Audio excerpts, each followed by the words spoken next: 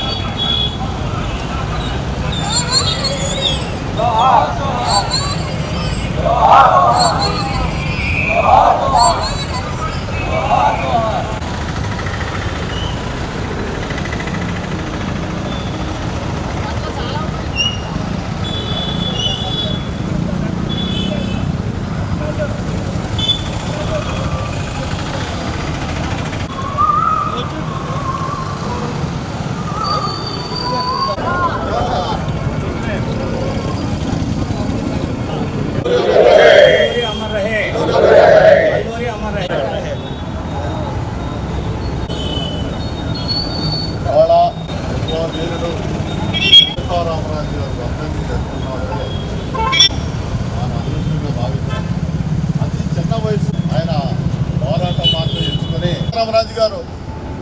సీతారామరాజు గారు తెలుసుకోవడం, సినిమాలో కృష్ణ గారు నటించినటువంటి వేషం చాలా మన అందరికీ కూడా గుర్తుండిపోయాయి.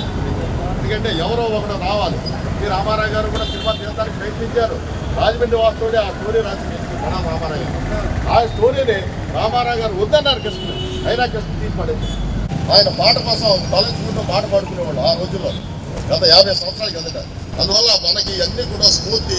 ఇవాళ ప్రతి ఒక్కరూ క్షత్రియ పుత్రులందరూ కూడా ఎవరైతే బడుగు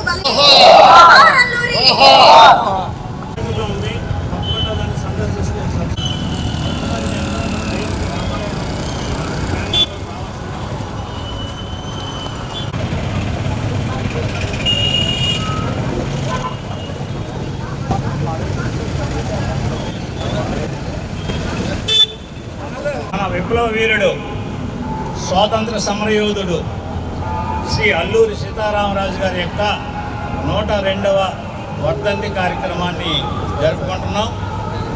సీతారామరాజు గురించి మనం స్వాతంత్ర సమరయోధుల్లో సీతారామరాజు గారి యొక్క పాత్ర విశిష్టమైనది.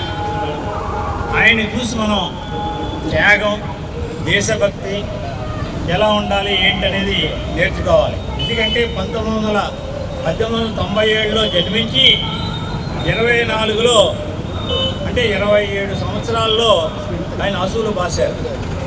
ఆయన అంతసేపు కూడా దేశ స్వాతంత్ర్యం బ్రిటిష్ వారి నుంచి మన దేశాన్ని ఏ విధంగా రక్షించుకోవాలి, గట్టు ఆయన సెలెక్ట్ చేసుకుంది ఏంటంటే గిరిజనుల్ని ప్రోత్సహించి వాళ్ళ ద్వారా గెరిల్లా పోరాటం చేసి బ్రిటిష్ వారిని బెదిరించి వారిని అయ్యో సీతారామరాజు ఉంటే మనకు కష్టం, ఆయన ఏదో రకంగా అంతమొందించాలనే పరిస్థితి తీసుకొచ్చిన వ్యక్తి అల్లూరి సీతారామరాజు. అటువంటి మహనీయుని యొక్క వర్ధంతిని ఈరోజు స్మరించుకుంటున్నాం. ఆయన చేసినటువంటి దేశ స్వాతంత్ర పోరాటంలో చాలామంది అసూలు బాశారు. ఆయన కూడా మే 7వ తారీఖు ఈవేళ పరంపదించారు. మే 5ని దొరికిపోయారు ఆయన బ్రిటిష్ వారికి. మే 5నే వారిని పట్టుకోవడం జరిగింది. మే 7ని ఆయన అసూలు బాశారు. ఆయన ఉన్నంతకాలం 27 సంవత్సరాలు కూడా పూర్తిగా మన దేశ స్వాతంత్ర్యానికి పాటుపడిన మహోన్నతమైన వ్యక్తి. అటువంటి వ్యక్తిని స్మరించుకుంటున్నాం. మరి ఈరోజు అమర్ రహే అల్లూరి.